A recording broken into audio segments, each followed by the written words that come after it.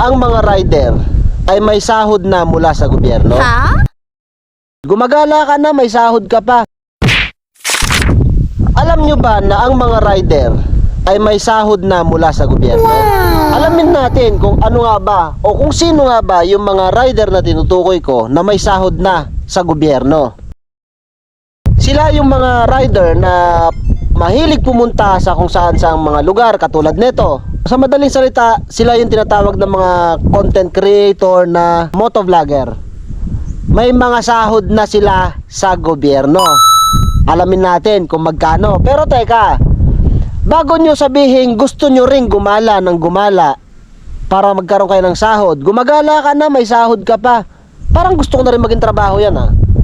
Teka lang, pagka rider ka or motovlogger ka, hindi ganun kadali ang pagiging motovlogger. Alam nyo kung bakit? Una sa lahat, magastos. Maintenance pa lang sa motor, gastos na. Yung panggas mo pa lang sa pupuntahan mo, magastos na.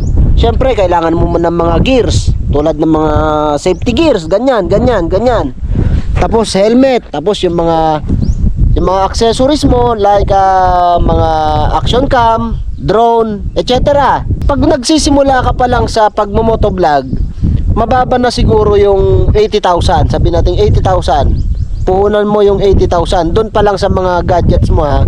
Hindi pa kasama yung motor mo.